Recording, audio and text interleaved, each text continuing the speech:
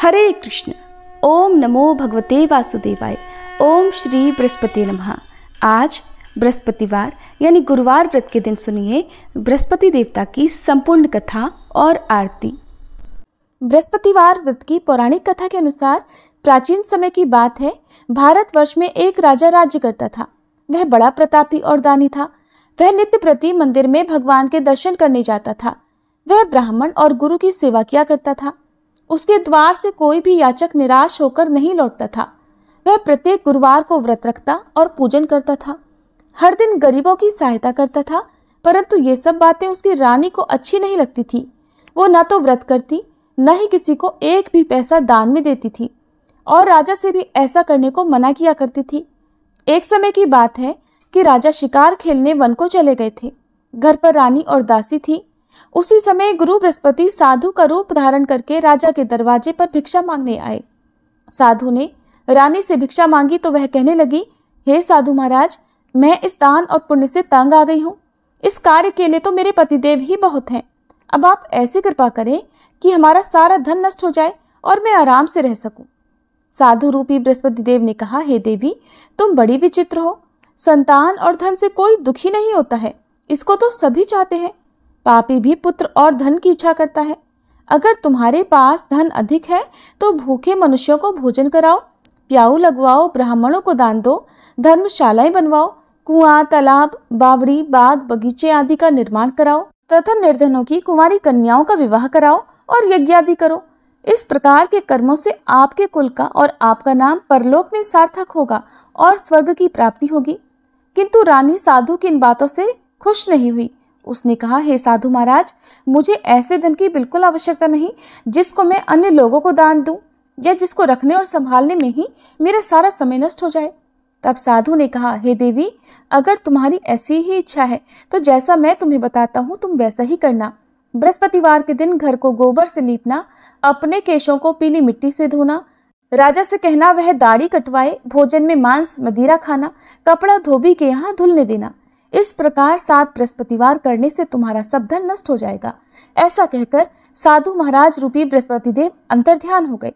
रानी ने साधु के कहे अनुसार 7 बृहस्पतिवार तक वैसा ही करने का विचार किया।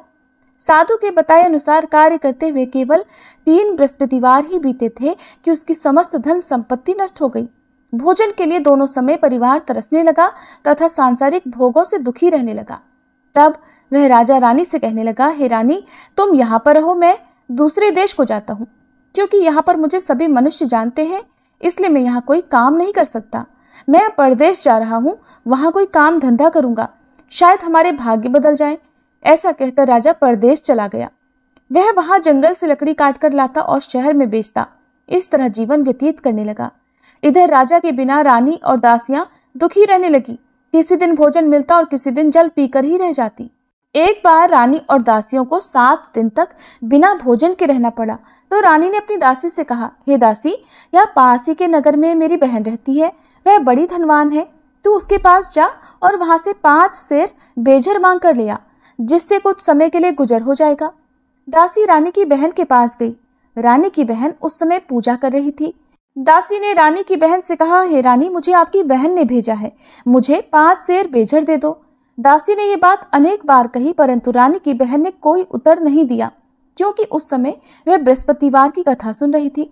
जब दासी को रानी की बहन से कोई उत्तर नहीं मिला तो वह बहुत दुखी हुई। उसे क्रोध भी आया। वह लौटकर रानी से बोली, हे रानी, आपकी बहन तो बहुत ही घमंडी है। वह तो छोटे लोगों से बात भी नहीं करती। मैंने उससे बहुत बार कहा, लेकिन उसने कोई उत्तर नहीं दिया। मैं वापस चली आई।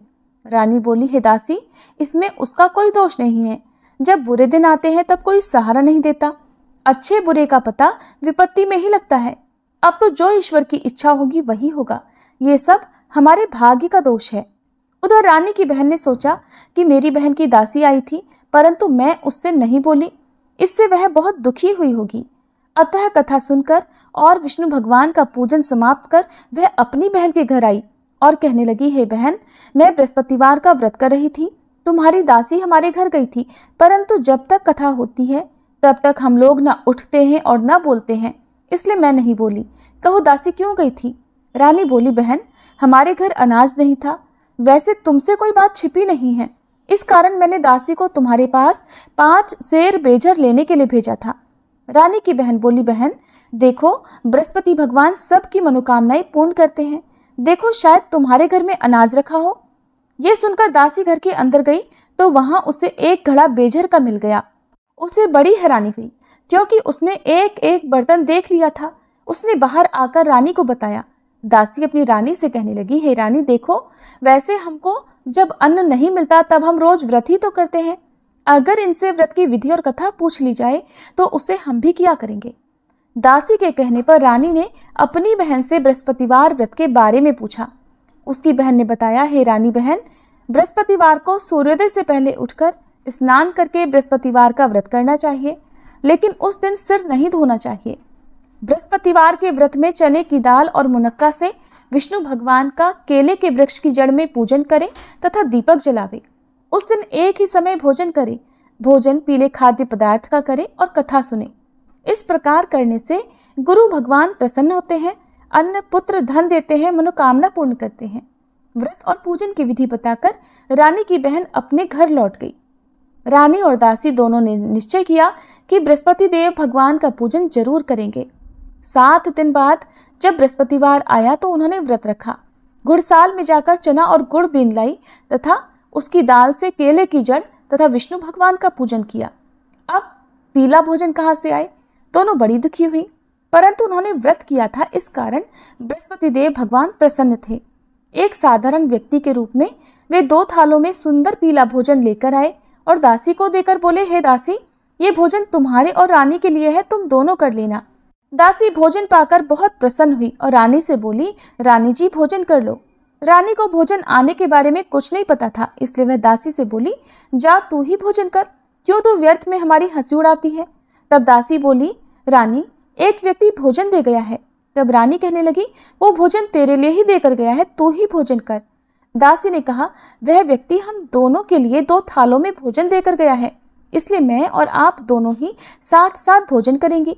फिर दोनों ने गुरु भगवान को नमस्कार कर भोजन किया। उसके बाद से वे प्रत्येक बृहस्पतिवार को गुरु भगवान का व्रत और पूजन करने लगी। बृहस्पति भगवान की कृपा से उनके पास धन हो गया, परंतु रानी फिर पहले की तरह से आलस्य करने लगी। तब दासी बोली, देखो रानी, तुम पहले भी इसी प्रकार आलस्य करती थी। तुम्हें धन रखने में कष्ट होता था, इस कारण सभी धन नष्ट हो गया। अब गुरु भगवान की कृपा से धन मिला है तो तुम्हें फिर आलस्य होता है। बड़ी मुसीबतों के बाद हमने ये धन पाया है, इसलिए हमें दान पुण्य करना चाहिए। तुम भूखे मनुष्यों को भोजन कराओ, प्याऊ लगवाओ, ब्राह्मणों को दान दो, कुआं, तालाब, बावड़ी आदि का निर्माण करवाओ, मंदिर पाठशाला बनवाकर दान दो, कुंवारी कन्याओं का विवाह करवाओ, धन को शुभ कार्यों में खर्च करो, जिससे तुम्हारे कुल का यश बढ़े और स्वर्ग प्राप्त हो और पितर भी प्रसन्न हो। दासी की बात मानकर रानी ने इसी प्रकार के कर्म करने प्रारंभ कर दिए, जिससे उनका काफी यश फैलने लगा। एक दिन रानी और दासी आपस में विचार करने लगी कि न जाने राजा किस दशा में होंगे, उनकी कोई खोज खबर नहीं है। उन्होंने बृहस्पति देव से प्रार्थना की और तब भगवान ने रात्रि में राजा को स्वप्न में कहा, हे राजा उठ, तेरी रानी तुझको याद करती है, अब अपने देश को वापस लौट जा। राजा प्रातःकाल उठकर जंगल से लकड़ियां काट कर लाने के लिए जंगल की ओर चल पड़ा। जंगल से गुजरते हुए वह सोचने लगा, रानी की गलती से उसे कितने दुख भोगने पड़े। राजपाट छोड़कर उसे जंगल में आकर रहना पड़ा। जंगल से लकड़ियां काटकर उन्हें बेचकर गुजारा करना पड़ा। उसी समय उस जंगल में बृहस्पति देव एक साधु का रूप धारण करके आए और राजा के पास आकर बोले, हे लकड़हारे, तुम इस सुनसान जंगल में किस चिंता में बैठे हो, मुझे बतलाओ। यह सुनकर राजा की आंखों में आंसू भर आए और साधु की वंदना करके वह बोला, हे प्रभु, आप सब कुछ जानने वाले हैं। ऐसा कहकर राजा ने साधु को अपनी संपूर्ण कथा सुना दी। महात्मा दयालु होते हैं। वे राजा से बोले, हे राजा, तुम्हारी पत्नी ने बृहस्पति देव के प्रति अपराध किया था, जिसके कारण तुम्हारी ये दशा हुई। अब तुम किसी प्रकार की चिंता मत करो, भगवान तुम्हें पहले से अधिक धन देंगे। देखो, तुम्हारी पत्नी ने बृहस्पतिवार का व्रत करना प्रारंभ कर दिया है। अब तुम भी बृहस्पतिवार का व्रत करके चने की दाल और गुड़ जल के लोटे में डालकर केले का पूजन करो। फिर कथा कहो या सुनो, भगवान तुम्हारी सब मनोकामनाओं को पूर्ण करेंगे। साधु को प्रसन्न देखकर राजा बोला, हे प्रभु, मुझे लकड़ी बेचकर इतना पैसा नहीं मिलता जिससे भोजन करने के उपरांत कुछ बचा सकूं, और मैंने रात्रि में अपनी रानी को व्याकुल देखा है। मेरे पास कोई साधन नहीं जिससे समाचार जान सकूं। फिर मैं बृहस्पति देव की क्या कहानी कहूँ, मुझे तो कुछ भी नहीं मालूम है। साधु ने कहा, हे राजा, तुम किसी बात की चिंता मत करो। बृहस्पतिवार के दिन तुम रोजाना की तरह लकड़ियां लेकर शहर में जाओ। तुम्हें रोज से 2 गुना धन प्राप्त होगा, जिससे तुम भलीभांति भोजन कर लोगे और बृहस्पति देव की पूजा का सामान भी आ जाएगा। बृहस्पतिवार की कथा इस प्रकार है। प्राचीन काल में एक बहुत ही निर्धन ब्राह्मण था। उसकी कोई संतान नहीं थी। वह नित्य पूजा पाठ करता, परंतु उसकी पत्नी बहुत मलिनता के साथ रहती थी। वो न तो स्नान करती और न किसी देवता का पूजन करती थी। प्रातःकाल उठते ही सबसे पहले भोजन करती, बाद में कोई अन्य कार्य करती। ब्राह्मण देवता बहुत दुखी रहते थे। पत्नी को बहुत समझाते, किंतु कोई परिणाम नहीं निकलता। भगवान की कृपा से ब्राह्मण की पत्नी के कन्या उत्पन्न हुई। वह कन्या अपने पिता के घर में बड़ी होने लगी। वह बालिका प्रातः स्नान करके भगवान विष्णु का जप करती। वह बचपन से ही बृहस्पतिवार का व्रत भी करने लगी थी। पूजा पाठ समाप्त कर स्कूल जाती तो अपनी मुट्ठी में जौ भरकर ले जाती और पाठशाला जाने के मार्ग में डालती जाती। वही जौ सोने के हो जाते तो लौटते समय उनको बीनकर घर ले आती। एक दिन वह बालिका सूप में उन सोने के जौ को फटक साफ कर रही थी। तभी उसकी माँ ने देख लिया और कहने लगी, हे बेटी, सोने के जौ को फटकने के लिए सोने का सूप होना चाहिए।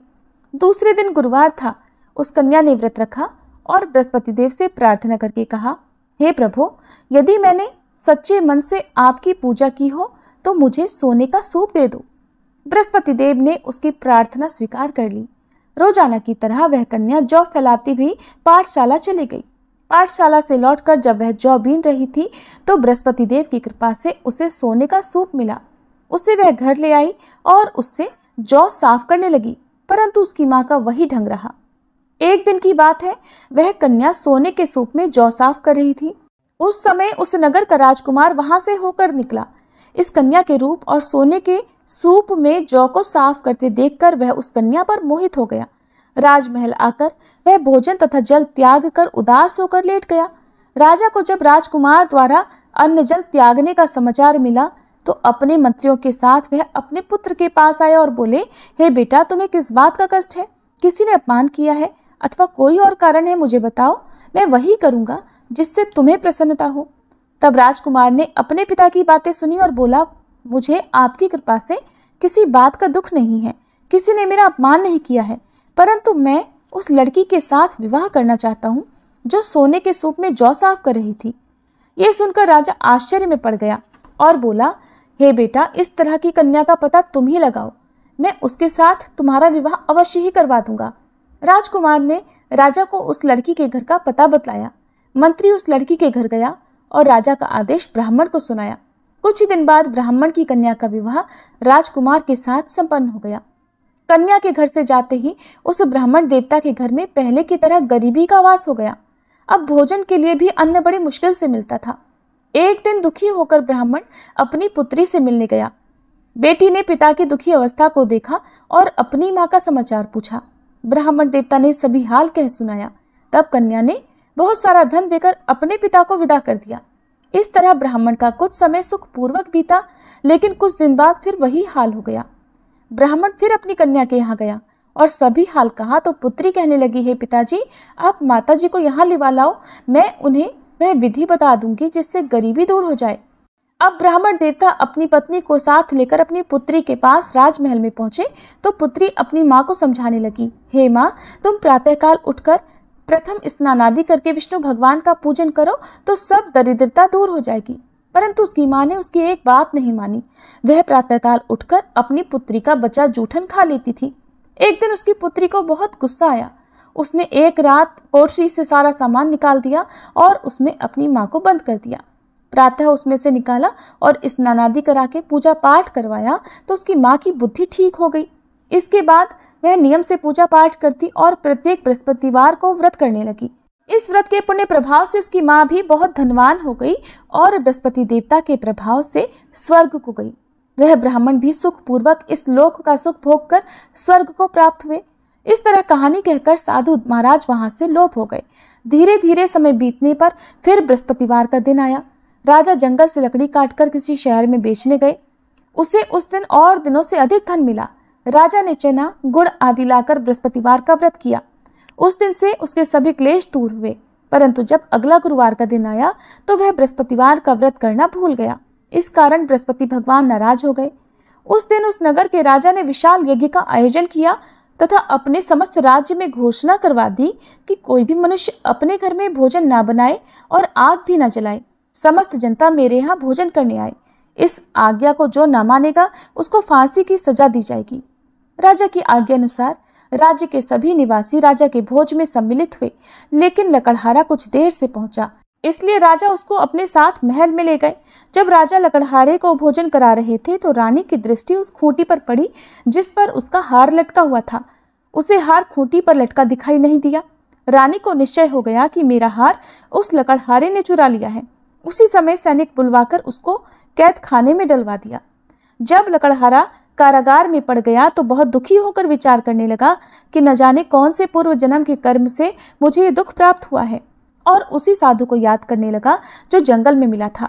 तत्काल बृहस्पति देव साधु के रूप में प्रकट हो गए और उसकी दशा को देखकर कहने लगे, अरे मूर्ख, तूने बृहस्पति देवता की कथा नहीं की, इस कारण तुझे दुख प्राप्त हुआ है। अब चिंता मत कर, बृहस्पतिवार के दिन कारागार के दरवाजे पर 4 पैसे पड़े मिलेंगे। उनसे तू बृहस्पति देव की पूजा करना तो तेरे सभी कष्ट दूर हो जाएंगे। अगले बृहस्पतिवार उसे कारागार के द्वार पर 4 पैसे पड़े मिले। राजा ने पूजा का सामान मंगवाकर कथा कही और प्रसाद बांटा। उसी रात्रि को बृहस्पति देव ने उस नगर के राजा को स्वप्न में कहा, हे राजा, तूने जिस आदमी को कारागार में बंद करा दिया है वह निर्दोष है, वह राजा है, उसे छोड़ देना। रानी का हार उसी खूंटी पर लटका हुआ है। अगर तू ऐसा नहीं करेगा तो मैं तेरे राज्य को नष्ट कर दूंगा। राजा प्रातःकाल उठा और खूंटी पर हार टंगा देखकर लकड़हारे को बुलाकर क्षमा मांगी तथा राजा के योग्य सुंदर वस्त्र आभूषण भेंट कर उसे विदा किया। गुरुदेव की आज्ञा अनुसार राजा अब अपने नगर को चल दिया। राजा जब नगर के निकट पहुंचा तो उसे बड़ा ही आश्चर्य हुआ। नगर में पहले से अधिक बाग, तालाब और कुएं तथा बहुत सी धर्मशाला, मंदिर आदि बने हुए हैं। राजा ने पूछा कि ये किसका बाग और धर्मशाला है? तब नगर के सब लोग कहने लगे, ये सब रानी और दासी द्वारा बनवाए गए हैं। राजा को आश्चर्य हुआ और गुस्सा भी आया। जब रानी ने खबर सुनी कि राजा आ रहे हैं तो उसने अपनी दासी से कहा, हे दासी, देख, राजा हमको कितनी बुरी हालत में छोड़ गए थे। वह हमारी ऐसी हालत देख कर लौट ना जाए, इसलिए तो दरवाजे पर खड़ी हो जा। रानी की आज्ञा अनुसार दासी दरवाजे पर खड़ी हो गई। जब राजा आए तो उन्हें अपने साथ महल में लिवा लाई। तब राजा ने क्रोध करके अपनी तलवार निकाली और पूछने लगा, बताओ, ये धन तुम्हें कैसे प्राप्त हुआ है? तब रानी ने बताया, हमें ये सब धन बृहस्पति देव के व्रत के प्रभाव से प्राप्त हुआ है। राजा ने तब निश्चय किया कि 7 रोज बाद तो सभी बृहस्पति देव का पूजन करते हैं, परंतु मैं रोजाना दिन में 3 बार कथा कहा करूंगा तथा रोज व्रत किया करूंगा। अब हर समय राजा के दुपट्टे में चने की दाल बंधी रहती तथा दिन में 3 बार वह कथा कहता। एक दिन राजा ने विचार किया कि चलो अपनी बहन के यहाँ हो आवे। इस तरह का निश्चय कर राजा घोड़े पर सवार होकर अपनी बहन के यहाँ चल पड़ा। रास्ते में उसने देखा कि कुछ आदमी एक मुर्दे को लिए जा रहे हैं। उन्हें रोककर राजा कहने लगा, अरे भाइयों, मेरी बृहस्पतिवार की कथा सुन लो। वे बोले, लो, हमारा तो आदमी मर गया है, इसको अपनी कथा की पड़ी है। परंतु कुछ आदमी बोले, अच्छा कहो, हम तुम्हारी कथा भी सुनेंगे। राजा ने दाल निकाली और कथा कहनी शुरू कर दी। जब कथा आधी हुई तो वह मुर्दा हिलने लगा और जब कथा समाप्त हुई तो राम राम करके वह मनुष्य खड़ा हो गया। राजा आगे बढ़ा, उसे चलते चलते शाम हो गई। आगे मार्ग में उसे किसान खेत में हल चलाता मिला। राजा उससे बोला, अरे भैया, तुम मेरी बृहस्पतिवार की कथा सुन लो। किसान बोला, जब तक मैं तेरी कथा सुनूंगा तब तक 4 हरैया जोत लूंगा। जा, अपनी कथा किसी और को सुनाना। राजा आगे चलने लगा। राजा के हटते ही बैल पछाड़ खाकर गिर गए तथा किसान के पेट में बहुत जोर से दर्द होने लगा। उसी समय किसान की माँ रोटी लेकर आई। उसने जब ये देखा तो अपने पुत्र से सब हाल पूछा। बेटे ने सभी हाल बता दिया। बुढ़िया दौड़ी दौड़ी उस घुड़सवार के पास गई और उससे बोली, मैं तेरी कथा सुनूंगी, तू अपनी कथा मेरे खेत पर ही चलकर कहना। राजा ने लौटकर बुढ़िया के खेत पर जाकर कथा कही, जिसके सुनते ही बैल खड़े हो गए और किसान के पेट का दर्द भी बंद हो गया। अब राजा अपनी बहन के घर पहुंच गया। बहन ने भाई की खूब मेहमानी की। दूसरे दिन प्रातःकाल राजा जगा तो देखने लगा कि सब लोग भोजन कर रहे हैं। राजा ने अपनी बहन से पूछा कि ऐसा कोई मनुष्य है जिसने भोजन ना किया हो, जो मेरी बृहस्पतिवार की कथा सुन ले। तो बहन बोली, हे भैया, ये देश ऐसा ही है। पहले यहाँ के लोग भोजन करते हैं, बाद में अन्य कोई काम करते हैं। अगर पड़ोस में कोई हो तो देख कर आती हूँ। ऐसा कहकर बहन देखने चली, परंतु उसे कोई भी ऐसा व्यक्ति नहीं मिला जिसने भोजन नहीं किया हो। फिर वह एक कुम्हार के घर गई जिसका लड़का बीमार था। उसे पता चला कि उसके यहाँ 3 दिन से किसी ने भोजन नहीं किया है। रानी ने अपने भाई की कथा सुनने के लिए कुम्हार से कहा तो वह तैयार हो गया। तब राजा ने जाकर बृहस्पतिवार की कथा कही, जिसको सुनकर उसका लड़का ठीक हो गया। अब तो राजा की प्रशंसा होने लगी। एक दिन राजा ने अपनी बहन से कहा, हे बहन, अब मैं अपने घर जाऊंगा, तुम भी तैयार हो जाओ। राजा की बहन ने अपनी सास से अपने भाई के साथ जाने की आज्ञा मांगी तो सास बोली, चली जा, परंतु अपने लड़कों को मत ले जाना, क्योंकि तेरे भाई की कोई संतान नहीं होती है। बहन ने अपने भाई से कहा, हे भैया, मैं तो चलूंगी, परंतु कोई बालक नहीं जाएगा। राजा ने कहा, जब कोई बालक नहीं चलेगा तब तुम भी जाकर क्या करोगी? फिर दुखी मन से राजा अपने नगर को लौट आया। राजा ने अपनी रानी से कहा, हम निसंतान हैं, इसलिए हमारे घर आना कोई पसंद नहीं करता, हम निर्वंशी राजा हैं। ऐसा कहकर वह बिना भोजन आदि किए शैया पर लेट गया। रानी बोली, हे प्रभु, बृहस्पति देव ने हमें सब कुछ दिया है, वे हमें संतान भी अवश्य देंगे। उसी रात बृहस्पति देव ने राजा को स्वप्न में कहा, हे राजा, उठ, सभी सोच त्याग दे, तेरी रानी गर्भ से है। राजा को यह जानकर बड़ी प्रसन्नता हुई। 9वें महीने रानी के गर्भ से एक सुंदर पुत्र पैदा हुआ। जब राजा की बहन ने यह शुभ समाचार सुना तो वह बहुत खुश हुई तथा बधाई लेकर अपने भाई के यहाँ आई। तभी रानी ने कहा, घोड़ा चढ़कर तो नहीं आई, गधा चढ़ी आई। राजा की बहन बोली, भाई, मैं इस प्रकार न कहती तो तुम्हें संतान कैसे मिलती? बृहस्पति देव ऐसे ही हैं, जिसके मन में जो कामनाएं रहती है सभी को पूर्ण करते हैं। जो सद्भावना पूर्वक बृहस्पतिवार का व्रत करता है और कथा पढ़ता है अथवा सुनता है, दूसरों को सुनाता है, बृहस्पति देव उसकी सभी मनोकामनाएं पूर्ण करते हैं। बृहस्पति देव उनकी सदैव रक्षा करते हैं। जो संसार में सद्भावना और सच्चे मन से बृहस्पति देव का पूजन करते हैं, उनकी सभी मनोकामनाएं उसी प्रकार पूर्ण होती हैं जैसे रानी और राजा ने बृहस्पति देव की कथा का गुणगान किया, उनकी सभी इच्छाएं बृहस्पति देव ने पूर्ण की। मनुष्य को हृदय से उनका मनन करते हुए जयकार करनी चाहिए। प्रेम से बोलिए, बृहस्पति देवता की जय। ये थी बृहस्पतिवार व्रत कथा। अब सुनिए आरती। ओम जय बृहस्पति देवा, स्वामी जय बृहस्पति देवा, छिन छिन भोग लगाऊं, कदली फल मेवा। ओम जय बृहस्पति देवा। तुम पूर्ण परमात्मा, तुम अंतर्यामी, स्वामी तुम अंतर्यामी। जगत पिता जगदीश्वर, जगत पिता जगदीश्वर, तुम सबके स्वामी। ओम जय बृहस्पति देवा। चरणामृत निज निर्मल, सब पातक हरता, स्वामी सब पातक हरता। सकल मनोरथ दायक, सकल मनोरथ दायक, कृपा करो भरता। ओम जय बृहस्पति देवा। तन मन धन अर्पण कर, जो जन शरण पड़े, स्वामी जो जन शरण पड़े। प्रभु प्रकट तब होकर, प्रभु प्रकट तब होकर, आकर द्वार खड़े। ओम जय बृहस्पति देवा। दीन दयाल दयानिधि, भक्तन हितकारी, स्वामी भक्तन हितकारी। पाप दोष सब हरता, पाप दोष सब हरता, भव बंधन हारी। ओम जय बृहस्पति देवा। सकल मनोरथ दायक, सब संशय तारो, स्वामी सब संशय तारो। विषय विकार मिटाओ, विषय विकार मिटाओ, संतन सुखकारी। ओम जय बृहस्पति देवा। जो कोई आरती तेरी प्रेम सहित गावे, स्वामी प्रेम सहित गावे। ज्येष्ठानंद बंद सो सो निश्चय पावे। ओम जय बृहस्पति देवा। ओम जय बृहस्पति देवा, स्वामी जय बृहस्पति देवा। छिन छिन भोग लगाऊं, कदली फल मेवा, ओम जय बृहस्पति देवा। सभी प्रेम से बोलिए बृहस्पति देवता की जय।